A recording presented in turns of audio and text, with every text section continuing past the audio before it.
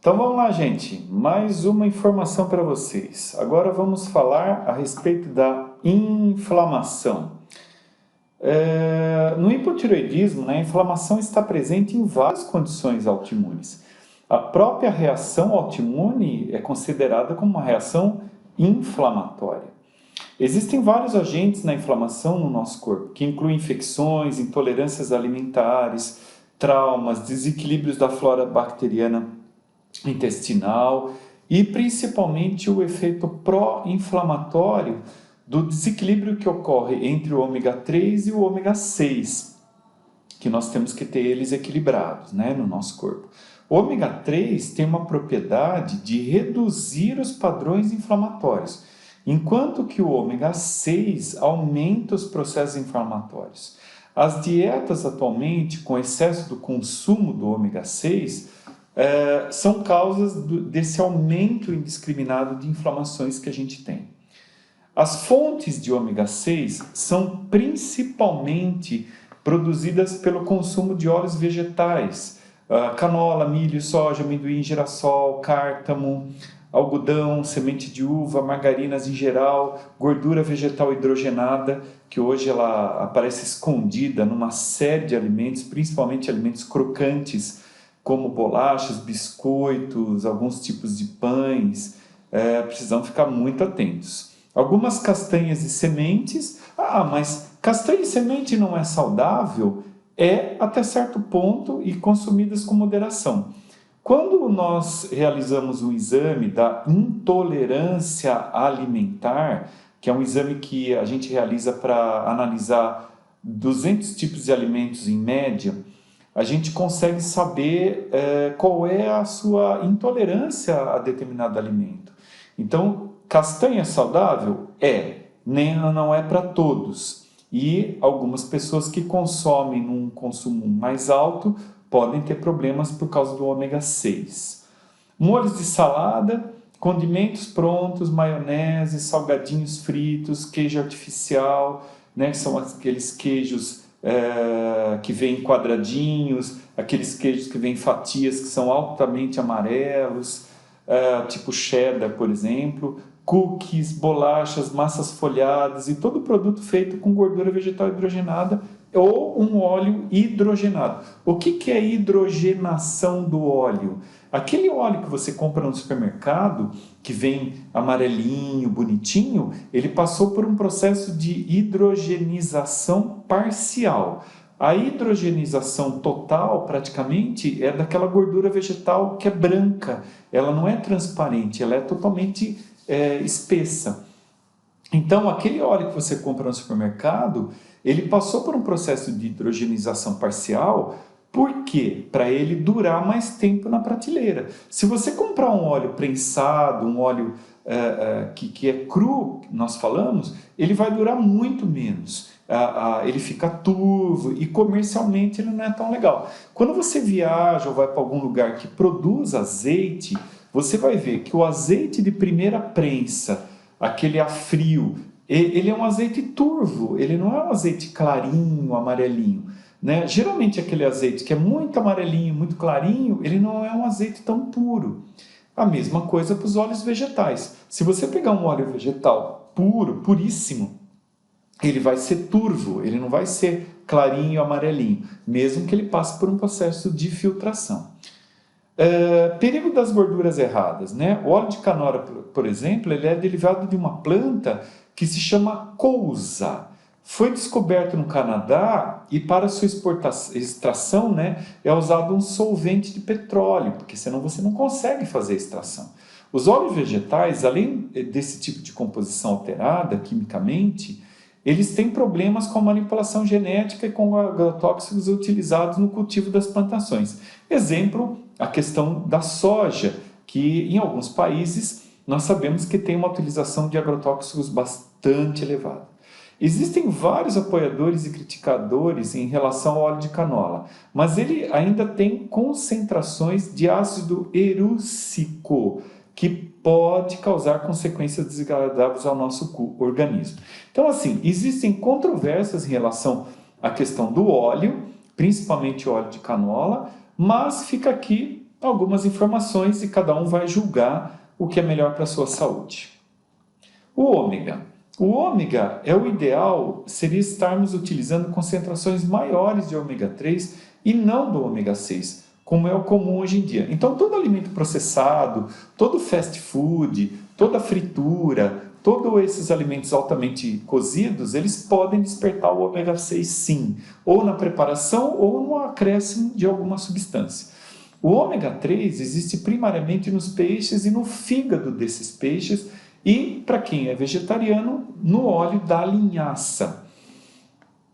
Os óleos recomendados para quem tem doença da tireoide são o óleo de coco extra virgem extraído a frio, o óleo de oliva extra virgem extraído a frio e o óleo de fígado de peixe, que vamos chamar de óleo de ômega 3. Como você sabe se o azeite de oliva é puro ou falsificado? Cerca de 70% do azeite extra virgem vendido em todo o mundo são diluídos com outros óleos, tornando uma grande fraude mundial. Por que a gente fala grande fraude mundial? Porque você acha que está tomando ali um azeite purinho, todo refinado, pagando caro inclusive, mas não é verdade. Ele sempre pode ter uma mistura. Isso é o que afirma o jornalista americano Tom Mueller, o autor do livro Extra Virginity, The Sublime and the Scandalous World of Olive Oil. Então ele fala que o sublime e escandaloso mundo do azeite, né, que é a tradução do inglês. No livro, ainda sem uma edição brasileira, o Mueller ele mostra como a indústria bilionária do azeite falsifica os produtos. De acordo com o jornalista, o lucro com a adulteração do azeite pode ser comparado ao tráfico de cocaína. Então vejam que absurdo, né? Um produto que deveria ser um produto extremamente bom para a saúde, ele pode, em alguns produtos, não são todos, vir com uma mistura altamente ruim. É difícil afirmar a marca de azeite, né? Você vai me perguntar, que marca então eu devo usar, né? Que você pode estar comprando. E ele é realmente extra virgem, né? Porque existe uma dica que pode lhe dizer se o produto realmente é real ou falso. O azeite extra virgem bom, ele solidifica quando está no frio. Então, para realizar o teste, basta colocar um pouco desse azeite dentro de um recipiente de vidro, tampá-lo e mantê-lo dentro do refrigerador por um prazo de 48 horas. Se você abrir a geladeira e verificar se o azeite está turvo ou endureceu, ou se ele está pastoso, qualquer óleo que não engrossar na geladeira não é puro. Simples assim. Então, é uma maneira de você testar. Lógico, você tem hoje laboratório, você tem uma série de relatórios feitos por empresas sérias que fazem o teste, tudo, que também são melhores do que isso. Mas essa é uma medida caseira para você ter uma ideia. O ponto de fusão, né, a transformação de líquido para sólido do azeite, acontece na temperatura de 13 a 14 graus Celsius, ou seja, com a redução da temperatura, o azeite deverá solidificar e apresentar-se na forma pastosa. O aquecimento do azeite, devido ao fato do azeite ter o teor alto de gordura monoinsaturada e baixa em polissaturada, esse é recomendado para ser usado a frio, em saladas, em molhos e maioneses. O pessoal, os chefes de cozinha, o pessoal da culinária, vai ficar um pouco triste com essa afirmação. Mas o correto realmente é você usar o azeite após a cocção do alimento e não para fritar ou grelhar. Lógico, fica muito mais gostoso quando você realiza dessa maneira, mas você acaba queimando um pouco as propriedades legais do azeite.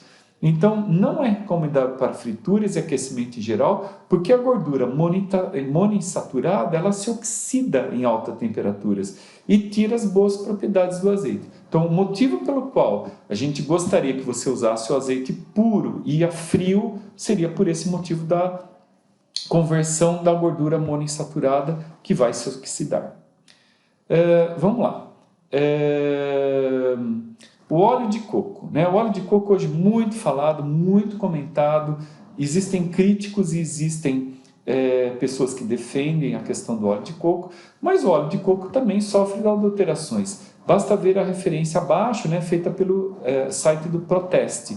Então aqui você tem uma pesquisa do Proteste, né, que é uma empresa que testa alimentos, né, e quando você vai lá na questão do óleo de coco, você vai conseguir ter algumas conclusões. O que ele concluiu? Essa frase abaixo é uma frase que veio da conclusão do Proteste. Contudo, as marcas Unilife, Finococo, Ducoco, Catinguá, Natural Life e Qualicoco tiveram variações do conteúdo de gorduras saturadas. Nos 3 primeiros casos foram inferiores a 30%, enquanto nas demais encontramos teores 40% superiores ao rotulado. Quanto às gorduras monoinsaturadas, em 3 marcas foram identificados valores superiores a 26% no óleo de coco da marca Copra, 39% na marca do coco e 52% na Catiguá. As maiores diferenças quanto às gorduras poliinsaturadas que observamos, no entanto, foram encontradas nas marcas Copra, Catiguá e Natural Life, e uma marca Mundo Verde. Então, essa frase, essas afirmações que vocês estão vendo, vocês podem encontrar aqui no Proteste, que é esse órgão que faz testes, e ele está mostrando como é que é a relação dessas gorduras, né, dos óleos de coco. O óleo de coco é um óleo saturado, então vejam, com ácidos graxos de cadeia média, o que é benéfico para as pessoas com doença da tireoide. Então, é realmente controversa essa questão, mas ultimamente nós temos visto maiores benefícios e mais trabalhos mostrando o benefício do óleo de coco. Parece ocorrer um aumento no metabolismo corporal com o seu uso, podendo ocorrer perda de peso e fatores antioxidantes associados. Parece ocorrer aumento de energia corporal.